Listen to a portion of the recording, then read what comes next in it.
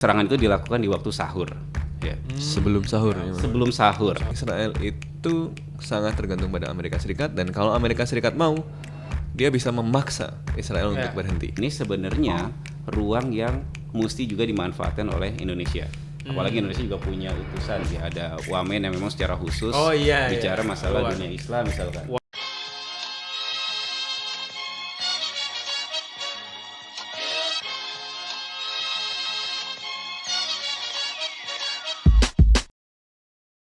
Selamat datang kembali di podcast Bebas Aktif, episode terakhir kita sebelum Lebaran gitu ya. Jadi buat yang menonton nanti ini mungkin di Lebaran, selamat mohon maaf lahir dan batin. Mohon maaf lahir dari batin. kita semua.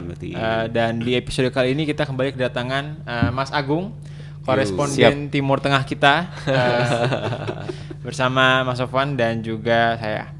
Nah, perkembangan terbaru di Timur Tengah di bulan puasa ini ya mengkhawatirkan, karena setelah diskusi kita terakhir kayaknya 2 bulan lebih yang lalu adanya ceasefire atau perjanjian gencatan senjata di Januari ya. Iya, Januari di Israel dan antara Israel dengan Hamas di Gaza itu kemudian sepertinya sudah gagal gitu ya, dengan adanya serangan dari Israel kembali ke Gaza pada tanggal 18 Maret kemarin.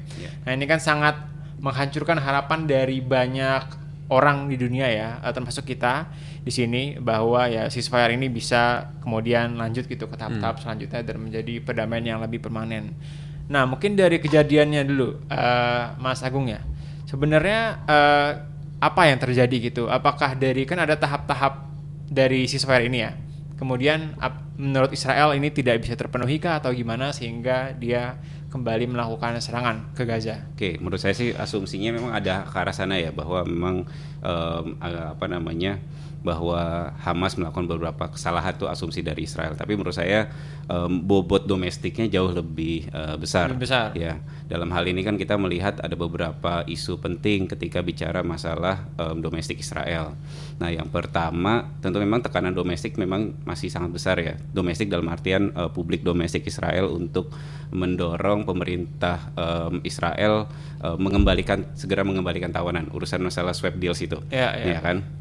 Nah, cuma problemnya adalah Netanyahu ini tidak berdiri sendiri, ya. Dia berdiri bersama kelompok koalisi, dan koalisi itu menjadi satu faktor determinan yang penting untuk menjalankan dan memperlanggeng pemerintahannya Netanyahu. Nah, ada isu terkait dengan misalkan urusan budget. Jadi di Knesset itu, jadi ada isu terkait dengan usulan dari beberapa kelompok, khususnya kelompok far-right Zionis. Jadi mereka menghendaki kelompok-kelompok beragama di sana itu tidak wajib ikut sebagai bagian dari wajib militer. Itu yang ortodoks ya. Yang ortodoks, betul. Kan itu sempat kemudian di kelompok ortodoks ini wajib untuk kemudian ikut wajib militer, tapi sekarang yang terbaru adalah itu nggak boleh ikut untuk kemudian ikut wajib militer. Nah, kalau itu digolkan, mereka akan mengancam keluar dari kelompok koalisi. Nah, Netanyahu berhitung kalau kemudian itu keluar dari kelompok koalisi, mereka government akan collapse. Itu ada isu terkait itu. Yang kedua juga secara Netanyahu secara personal, ini kan ada usaha untuk pemanggilan dari pihak pengadilan terkait dengan kasus hukumnya. Nah, salah satu yang kemudian jadi game changer adalah ya operasi militer. Nah, jadi yang kemudian ada faktor tersebut yang kemudian akhirnya mendorong ke arah sana. Nah, tapi jadi catatan yang menarik sebenarnya, dan jadi catatan yang boleh kita bilang sadis gitu ya, boleh kita bilang demikian, karena memang operasi 18 Maret itu kan, ini sebenarnya kalau saya boleh sih bilang sih ceasefire itu hanya untuk dari fase pertama ke fase kedua ini mungkin boleh dibilang sekedar buying time-nya Netanyahu sebenarnya. Jadi sekedar mengundur-ngundur, karena memang fase kedua itu jauh lebih mungkin di atas kertas tidak menguntungkan buat Israel. Ceasefire yang sifatnya lebih permanen, keluar dari Netzarim Corridor, Philadelphia Corridor, itu kan tidak menguntungkan buat Israel. Jadi ini faktornya buying time, makanya kemudian kita bisa lihat isu ada relokasi segala macam kemudian muncul. Tapi dari serangan itu sebenarnya saya punya beberapa catatan, teman-teman. Ya, Ikhlas dan Mas Sofwan. Yang pertama, bahwa serangan itu dilakukan di waktu sahur. Ya. Sebelum sahur ya. Sebelum sahur. Jam 3-an pagi. Jadi ini menurut saya kok ada gejala-gejala benar-benar Islamofobik banget gitu ya. Jadi kekhawatiran sensitivitas, kita sudah bicara tentang isu kemanusiaan segala macam. takutnya bergeser lagi ke isu agamanya yang jadi faktor kentalnya itu kan. Nah, dan di waktu sahur itu dalam kondisi orang tidak siap untuk berperang. Ya. Ya, artinya kan dalam satu kali serangan di 100 titik lebih gitu kan. Serangan itu di rudal air strike, betul. Air strike, orang baru bangun tidur lagi nyiapin sahur ya. Betul. Makanya dominan kemudian korban paling besar adalah di kalangan anak-anak. 150 sampai 170 lah itu korban lagi bangun lagi anak-anak. Mau sahur, lagi belajar puasa gitu ya. Betul. Nah, makanya 1-2 hari terakhir itu ada tulisannya Somaya Ganusi itu dari Tunisia, dia nulis bahwa ini the cripple of the future, katanya ini bisa menciptakan kecacatan di masa depan. Bahwa Israel memang menargetkan kelompok-kelompok rentan ini sebenarnya menjadi satu serangan. Dan yang ketiga jadi catatan yang menarik juga sebenarnya yang perlu kemudian kita garis bawahi, serangan ini juga sebenarnya kan ada afirmasi dari Amerika Serikat. Ya, Netanyahu bilang bahwa sudah ada green light sebelum serangan itu dilakukan terhadap Amerika Serikat. Ya, akhirnya kan kemudian kita makin bertanya-tanya lagi kalau kemudian negara-negara Barat ini bisa berperan sebagai moral leader, tapi ternyata justru ini menjadi endorser bagi kegagalan dari gencatan senjata. Mungkin itu beberapa catatan awal dari saya terkait dengan hal ini. Oke, menarik. Kemudian kalau tadi udah di-mention juga ya terkait Amerika Serikat, mungkin faktor penentunya di sini. Kita kan kemarin tahu ya bahwa Trump campaign hard terkait dengan ending all wars lah, mau Ukraine, mau di Gaza juga. Seolah-olah jadi man of peace gitu. Iya, dan kemarin juga ya faktor dia kan dibilang menjadi faktor yang cukup menentukan gitu untuk kemudian ceasefire ini bisa disepakati di awal Januari. Nah, tapi kemudian kenapa nih? Maksudnya kan dia udah, berarti Trump apakah sudah berbalik arah ataukah memang komitmennya terhadap perdamaian dari awal tuh nggak serius gitu atau gimana, Mas, kira-kira? Ya, kalau menurut saya Trump ini masih wild card gitu ya.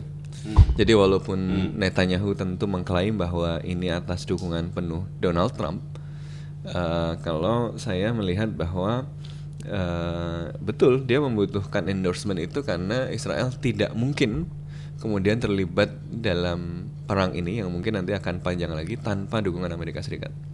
Jadi yang ditunjukkan oleh Trump dengan kemampuan Trump untuk memaksa Israel untuk kemudian menandatangani perjanjian gencatan senjata dari 19 Januari kemarin itu sebenarnya menunjukkan bahwa Israel itu sangat tergantung pada Amerika Serikat, dan kalau Amerika Serikat mau, dia bisa memaksa Israel untuk berhenti gitu ya. Jadi kemarin kan clear sekali yang ditunjukkan oleh Trump adalah bahwa saya itu powerful. Gitu.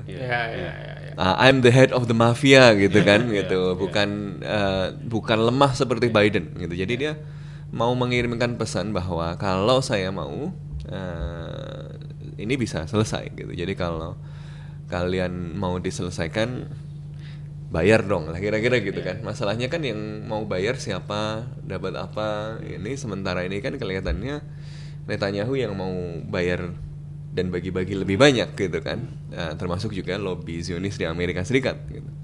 Sementara negara-negara Arab kan yang kemarin dipaksa menerima misalnya pengungsi Gaza dan seterusnya kan mereka dianggap nggak mau bayar kan. Itu kan tawaran untuk nego gitu ya. Kalau nggak mau itu apa yang kalian mau kasih ke Amerika Serikat? Masih Ukraina yang temannya aja kan disuruh bayar gitu intinya gitu. Kalau menurut gue, menurut saya ya. Bayar. Menurut saya ini Amerika Serikat, si Trump ini juga masih naikin leverage aja. Dia biarin Netanyahu untuk brutal dan macam-macam gitu ya.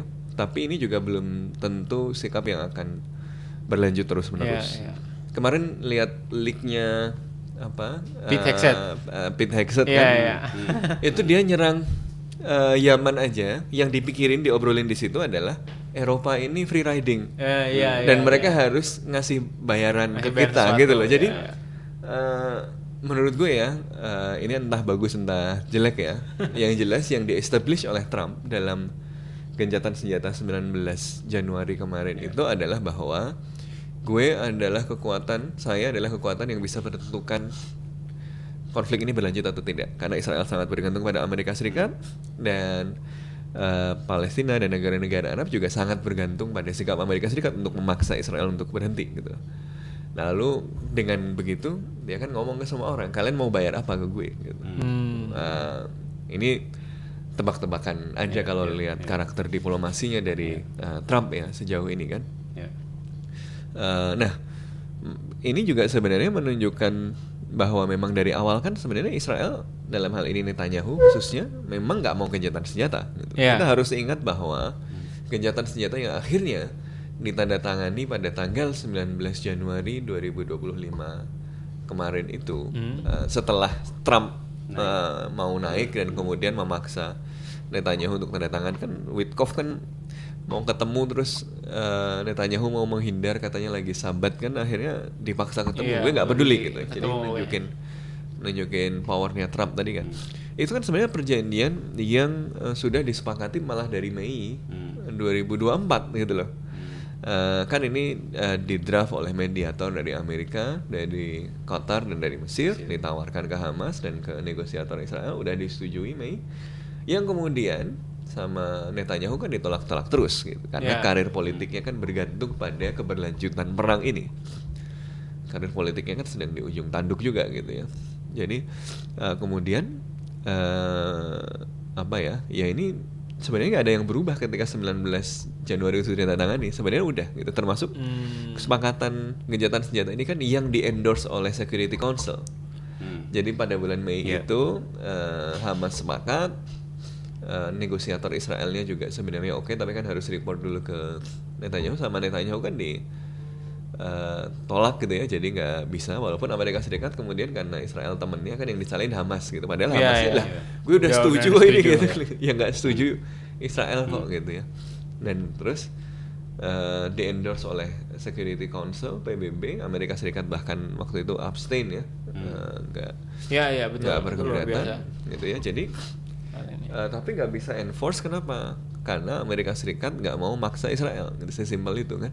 Maka ketika kemudian Donald Trump akhirnya mau memaksa Netanyahu, kan akhirnya nggak banyak babi bu. Itu berapa hari setelah dipanggil setelah ketemu sama Witkoff gitu loh. Jadi kalau Amerika Serikat mau, ini pesan menurut gue, ini pesan yang mau dikirimkan Trump.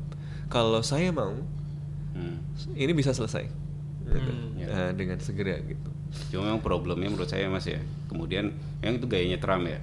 Tapi dari situ juga sebenarnya kalau kita lihat berdasarkan timeline, kita melihat bahwa idenya Trump ini sebenarnya apa ya, boleh saya bilang lack of visibility and scattered proposal gitu ya. Betul. Ya. Makanya contoh isu masalah relokasi misalkan.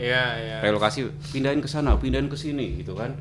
Ide pertama tim transisinya bilang ke Indonesia kemana segala macam kan. Terus setelah itu Trumpnya bilang geser lagi ke Mesir dan ke Yordan. Ditolak gitu kan segala macam. Nah, coba kita bandingkan ke Afrika dan kita bandingin aja ya. Belum beberapa waktu lalu kan juga sebenarnya ada proposal yang diberikan oleh Liga Arab. Itu Liga Arab tuh jauh lebih detail. Misalkan saya bicara berapa poin ya. Misalkan ada bicara poin terkait dengan Trump bilang nggak mungkin orang Gaza bisa tinggal di Gaza selama dalam proses rekonstruksi Gaza gitu kan, sehingga harus keluar segala macam itu. Tapi kalau dalam proposal Liga Arab itu cerita tuh bahwa ada 7 reserve areas. Jadi selama ada pembangunan, nanti ini reserve areasnya dulu orang-orang Gaza tinggal di situ, dan proyeknya akan berlangsung 5 tahun, berapa tahun, 3 tahun pertama berapa proyek perumahan, dia proses pentahapan sampai sedetail itu. Bahkan ada poin yang menurut saya menarik, dan sebenarnya ini buat dalam proses negosiasi itu penting untuk kemudian dilakukan, dan ini sebenarnya red line juga. Problem selama ini ketika bicara masalah gencatan senjata seringkali gagal, memang tidak ada faktor penengah di lapangan. Kalau dalam konteks peace studies-nya tidak ada peacekeeping operations-nya gitu. Liga Arab itu mempropose tuh bahwa harus ada mandat dari negara-negara Arab, pasukan gabungan. Jadi bukan 1-2 kelompok aja, untuk ya jaga keamanan di situ tuh, agar kedua belah pihak itu tidak menaikkan tensinya. Artinya sebenarnya mereka sudah berpikir sampai sejauh itu, walaupun dalam perkembangannya proposal Liga Arab ini akhirnya ditolak sama Emirat seingat saya dalam beberapa waktu terakhir. Gitu. Tapi justru itu gitu, that's the point. Jadi Trump ini masih, jadi dia menunjukkan power, dia menunjukkan leverage bahwa kalau saya mau ini bisa selesai, gitu kan. Terus dia ngelempar seperti biasa, dia ngelempar ridiculous dan controversial ideas. Ini kan Kalau lihat pola-polanya, semuanya kan begitu. Sama Ya, Meksiko betul. begitu, sama Kanada Ya, begitu, ya, ya. Greenland begitu, Even Yaman. Ukraina, Yaman, semuanya itu begitu gitu loh. Jadi memang tidak ada plan yang jelas, Ya. tapi yang jelas adalah dia menunjukkan bahwa saya powerful. Ya. Kalau saya mau, saya bisa menentukan ini Gaza mau habis semua orangnya, mati semua, termasuk anak-anak, atau mau gencatan senjata atau mau apa, itu di tangan saya, gitu ya. Terus ya udah, terus dia habis itu lempar-lempar ide macam-macam yang kemudian dari situ dia akan ekstra konsesi. Oke, kalau lu nggak mau ini, lu mau kasih apa? Lu nggak mau ini, lu kasih apa? Lu nggak mau ini, kasih Netanyahu, lu nggak mau ini, lu mau apa? Gitu kan?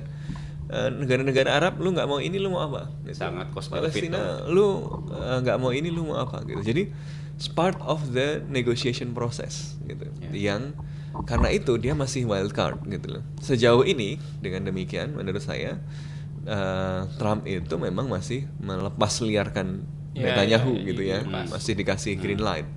Karena ya yang paling menguntungkan untuk Trump yang transaksional itu sekarang adalah membiarkan itu, karena dukungan domestik yang sangat kuat untuk Israel kan, kalau baik dari lobby Zionis ya kan, dia danain kampanye kan, Sheldon Adelson dan seterusnya. Kemudian juga dari faksi-faksi MAGA ya, pendukungnya kan, yang evangelis itu kan sangat pro Israel gitu. Jadi sekarang insentif buat Trumpnya masih melanjutkan. Ya, sementara dia udah nggak butuh voters Arab, Muslim voter gitu ya. Tapi apakah ini taken for granted? Menurut gue tidak. Gitu. Jadi dia akan extra concession lagi dari Netanyahu, karena dia tahu ini Netanyahu juga butuh, dia kan kesulitan. Iya, butuh untuk berkompromi juga, karena kalau begitu ini selesai dia terancam kan karir politiknya. Ingat serangannya itu sebenarnya pada hari serangan ya, itu juga dia dijadwalkan sidang. Iya. Kasus korupsi. Iya. Jadi wah, pagi-pagi emang gue membayangkan nih, wah besok gue sidang, gue belum siap jawabannya nih, gitu kan. Gimana ya, bos, serang aja bos. Gitu kan. Habis itu dia minta izinnya adalah mohon maaf karena keadaan keamanan nggak ada resume of war, kelanjutan perang, saya nggak bisa hadir sidang gitu loh. Jadi ini kayak mahasiswa mau presentasi dia belum siap gitu. Sakit gitu ya. Jadi terus Pura-pura tiba-tiba kecelakaan. cari alasan. Masalahnya yang dikorbankan orang lain. Makanya brutal sekali itu, karena orang nggak siap. Dan itu bahkan belum ada pengumuman loh, serangannya itu belum ada pengumuman resume of war, itu belum ada pengumumannya, baru setelah itu. Jadi jadi tiba-tiba serang dulu ya. Ini tuh serang dulu. Itu kan from every angle, dari angle apapun ya, walaupun Anda pendukung Israel sekalipun, this is nggak masuk akal gitu. Jadi tiba-tiba pagi-pagi jam 3 pagi gitu ya, orang lagi puasa, nggak ada pengumuman ceasefire-nya selesai gitu. Udah langsung tiba-tiba dibantai begitu aja. Makanya korbannya kan besar sekali. Betul. Setelah itu kan lebih kecil ya, walaupun masih airstrike terus kan, orang mungkin sempat pindah gitu. Tapi kalau ini sampai 700-an orang dalam sekali serangan itu kan, jadi surprise attack. Dan itu kemudian tadi berkaitan dengan proses hukum yang mau dilakukan. Nah, karena itu sebenarnya Netanyahu kan dalam situasi kartu dia juga sebenarnya dipegang sama Trump kan gitu loh. Jadi menurut gue ini apa yang akan terjadi ke depan itu akan sangat tergantung pada moodnya Trump dan kalkulasinya Trump. Dia mau narik ekstraksi seperti apa tuh kan, yang dilakukan di Ukraina juga gitu. Ke Ukraina minta mining concession kan, kemudian dinegosiasikan sama Putin minta apa dan seterusnya. Ya udah, nanti endingnya itu tercapai kalau win-set ya itu bisa tercapai, dan win-set yang dianggap menguntungkan si Amerika Serikat gitu loh. Jadi menurut gue kalau situasinya seperti ini, ya ini kan sangat tergantung pada bagaimana kita bisa menciptakan situasi yang costly untuk Amerika Serikat memberikan dukungan green light ini terus menerus gitu, dan akhirnya akan memaksa Netanyahu untuk berhenti. Dan menurut gue justru karena itu sebenarnya visible gitu. Jadi gue antara sangat khawatir gitu ya, tapi juga di satu sisi justru sebenarnya menunjukkan bahwa sebenarnya ada peluang juga kalau wild card yang namanya Trump ini bisa bisa dimainkan. pengaruhi, bisa Pengaruhi, dimainkan. Masalahnya mainkannya Trump itu gimana gitu kan. Very unpredictable gitu di satu sisi keras banget, di sisi lain bisa tiba-tiba ada aneh-aneh gitu kan. Maksudnya ada kesalahan sebodoh signal ya. Itu bisa bocor dan seterusnya. Itu kan artinya sebenarnya hal-hal yang maybe konflik ini mungkin akan selesai dengan surprising atau unpredictable thing yang happening gitu. Ya kita nggak tahu gitu ya. Ini hopeful aja. Tapi intinya Israel memang nggak mau konfliknya selesai. Dan tadi Netanyahu gitu ya. Karena insentif domestiknya begitu kan. Insentif domestiknya apa? Selain kasus pribadinya Netanyahu, kan posisi politiknya juga pemerintahannya kan juga ringkih kalau prosesnya berlanjut terus. Selain soal sidang ini kan ada sidang-sidang di Knesset dan ada upaya kocok ulang lagi. Orang mulai mau menggoyangkan Netanyahu lagi kan. Ada demonstrasi besar minta Netanyahu turun kan. Makanya. Dan kabinetnya itu kan sangat bergantung pada dukungan kelompok-kelompok sayap kanan kan. Padahal yang partai-partai lain juga udah menawarkan dukungan ya kalau misalnya yang partai sayap kanannya cabut dari pemerintahan. Iya, tapi kan nggak bisa dijamin. Yang paling kelihatan selaras adalah ngomong-ngomong sayap kanan ini. Dan Ben Gvir kan dia mundur pas gencatan senjatanya disepakati karena dianggap kekalahan atau tunduk pada Hamas. Sekarang gabung lagi. Terus dia dengan komitmen kalau lanjut lagi perangnya saya gabung lagi. Gitu. Makanya ini sebelum pemerintahannya kolaps, ya udah gabung aja lu gitu kan. Makanya dengan menyambung perang, jadi insentifnya itu memang untuk melanjutkan konflik. Jadi meskipun serangannya kemarin itu serangan kejutan, sebenarnya nggak terlalu mengejutkan karena kan begitu tahap. Jadi kan gencatan senjatanya kan tiga tahap kan. Dari 19 Januari dari masing-masing sekitar 6 pekan. Jadi ketika 6 pekan tahap pertama selesai kan udah mulai kelihatan niat tidak baiknya. Betul. Mulai ribut kan misalnya soal Bibas family yang sebenarnya sudah meninggal lama sebelumnya tapi dibuat drama macam-macam gitu kan. Lalu komplain soal Hamas yang terlalu mendramatisasi dramatisasi kalau festivalisasi gitu kan. Kalau dirilis. Lalu dia mulai mulai beli janjinya lagi kan, mulai misalnya dengan ngomong bahwa nggak usah lanjut ke tahap 2 yuk gitu, kita lanjutin tak. Jadi kalau tahap 2 kan harusnya tentara Israel mundur kan, itu yang dibilang sama Mas Agung dari Netzarim sama Philadelphia.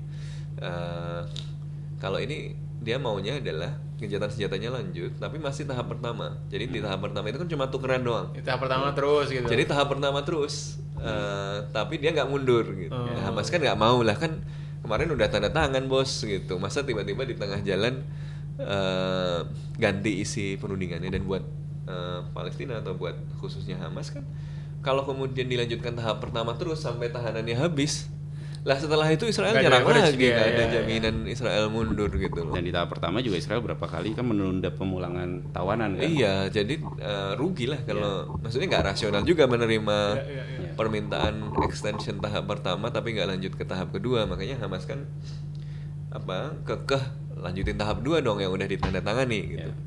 Tapi kemudian karena Hamas nggak mau extension tahap 1 dan jadi nggak mau ke Israel kan nggak mau lanjut tahap 2 tadi kan, sebenarnya sudah ada gejala-gejala bahwa Israel nggak mau melanjutkan. Makanya udah ada dari awal Maret ya, 1 Maret atau 3 Maret itu kan udah melarang semua bantuan masuk.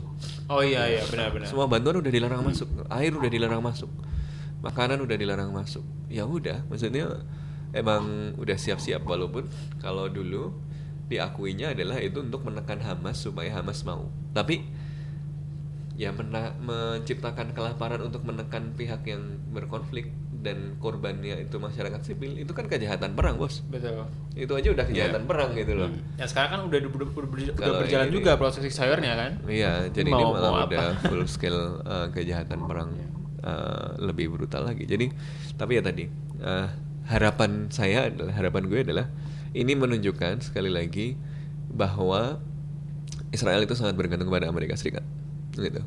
Jadi dia akan sangat ditentukan ini berlanjut atau tidak pada keputusan Amerika Serikat. Sekarang Amerika Serikat memang melepas liarkan Netanyahu. Ini tapi sampai kapan dan untuk apa? Nah ini yang kemudian harus kita cari tahu nih, bagaimana caranya supaya Trump itu merasa bahwa melanjutkan itu tidak menguntungkan. Gitu. Makanya mungkin kalau yang saya bayangkan ya, Trump ini kan maunya cepet tastos gitu kan ya. Maunya ini cepet Hamas langsung kalah gitu. Tapi kalau Hamas bisa bertahan agak lama, panjang gitu ya, Amerika Serikat harus bayar harga mahal.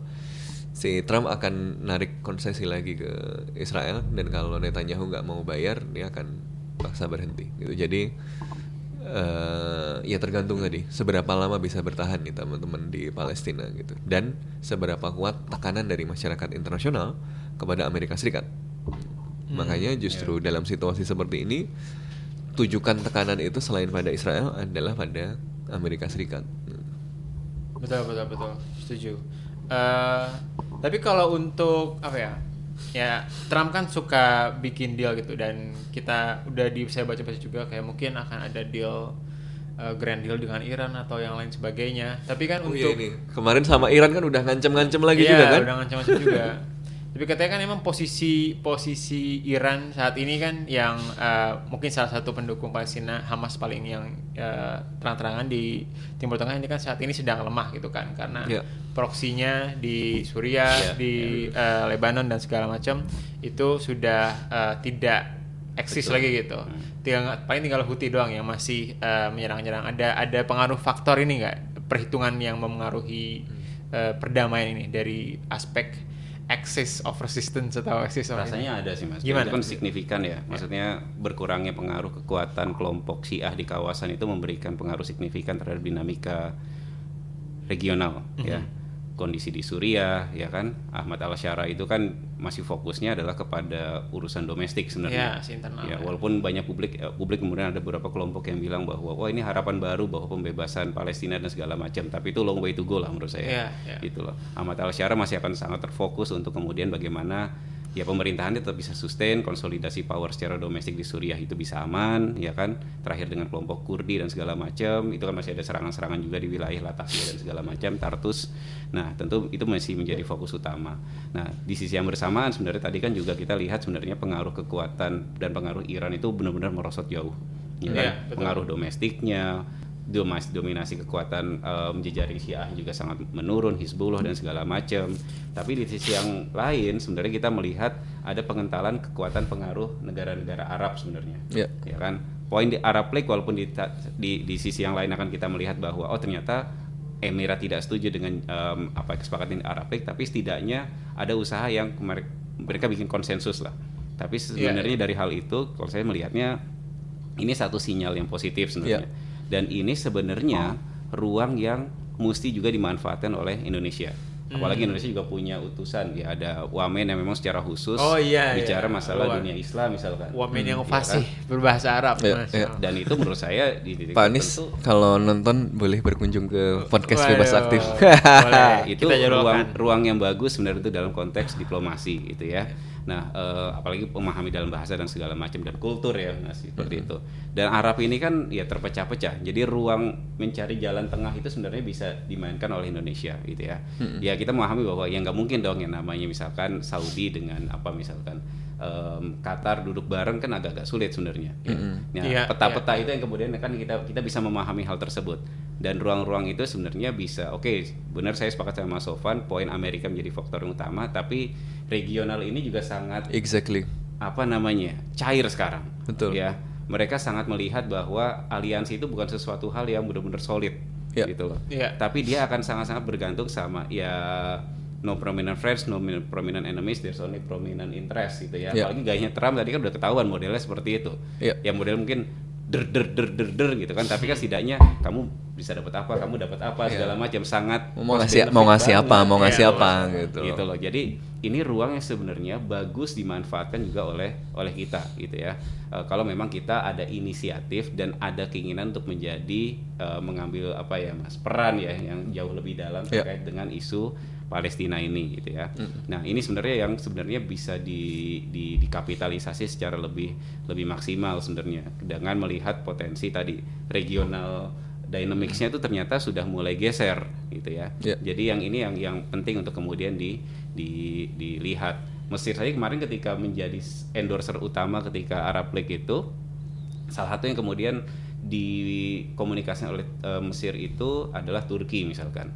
Kenapa sih harus Turki? Karena Mesir ini perlu mendapatkan teman juga nih kepada mitra yang memang dia dekat dengan Amerika Serikat gitu. Nah, Turki ini kan lumayan ya dekat dengan Amerika Serikat, dekat anggota sama NATO ya. NATO dekat dan segala macam, dan juga dengan dengan Rusia juga dekat. Jadi itu yang kemudian ruang-ruang jangkar-jangkar diplomatik yang dimanfaatkan oleh Mesir gitu. Walaupun tadi ada dinamika tersendiri lah ketika bicara masalah Arab League, tapi setidaknya saya melihat bahwa ternyata sudah ada ide-ide yang sifatnya alternatif yang jauh lebih solid dibandingkan dengan ide relokasinya Trump yang tadi saya sempat singgung, lack of visibility, ini scattered proposal gitu kan. Walaupun sebenarnya kalau menurut gue kenapa scattered, karena memang cuma dilempar doang. Iya. Betul. Dan justru kasih peluang buat pihak lain ngajuin proposal alternatif gitu kan. Dia nggak punya ide, terus lempar aja tung gitu kan, biar ada ide ini gitu. Bagus nih ya.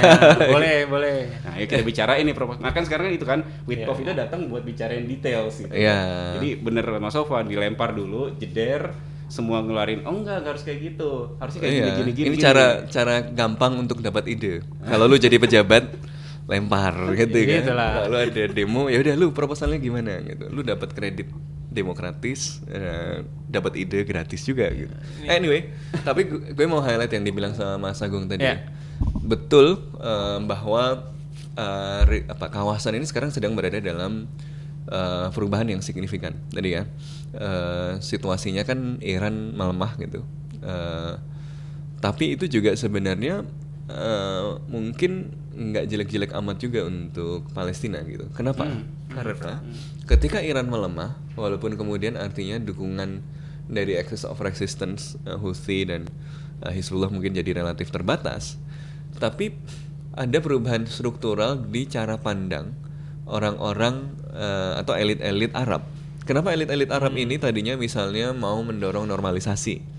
Kenapa mereka misalnya? Karena ada setelah Arab Spring itu ada 3 ancaman utama bagi rezim-rezim Arab itu kan. Pertama adalah ancaman dalam negeri, demokratisasi kan, terutama gerakan-gerakan Islam. Makanya mereka keras sekali. Kenapa misalnya dukungan pada Hamas sangat terbatas? Karena Hamas kan dianggap terafiliasi dengan kelompok Islam, gerakan Islam transnasional kan, Al-Ikhwan, yang itu juga adalah ancaman bagi kekuasaan negara-negara Arab ini kan. Gitu. Jadi mereka juga nggak mau dukung kalau yang di depan itu Hamas gitu kan. Kemudian yang kedua, ancaman yang dianggap lebih besar lagi mungkin adalah Iran, karena Iran itu mengkonsolidasikan kekuatan di Syiah Crescent kan, di Yaman makin kuat, di Suriah makin kuat, di Lebanon makin kuat. Ini negara-negara Arab ini kan kemudian khawatir pada perluasan pengaruh Iran gitu. Dan untuk membendungnya salah satu caranya adalah dengan mendekati Israel kan gitu. Jadi tapi kemudian dia harus negosiasikan itu dengan sentimen publik yang anti Israel kan gitu. Tapi ada, dan kemudian yang ketiga adalah media massa, dalam hal ini Al Jazeera kan waktu itu karena sangat kritis terhadap rezim itu. Makanya kan Qatar sempat diblokade kan waktu itu. Yang Qatar udah selesai gitu kan. Yang Hamas ini masih agak sulit gitu kan ya. Tapi dengan melemahnya Iran justru membuka peluang elit Arab ini merasa bahwa ancaman dari Iran itu nggak seberbahaya dulu lagi loh. Oke, jadi persepsi ini ancamannya gini. Tadinya ancaman paling darurat itu adalah penguatan milisi-milisi Syiah. Sehingga gue normalisasi sama Israel pun ya paling publik gue marah-marah, tapi nggak ada ancaman gitu. Nggak mungkin si kalau negara etnosentrik Yahudi ini kemudian memobilisasi dukungan domestik di dalam Arab Saudi untuk menggulingkan pemerintah Saudi kan, nggak mungkin gitu.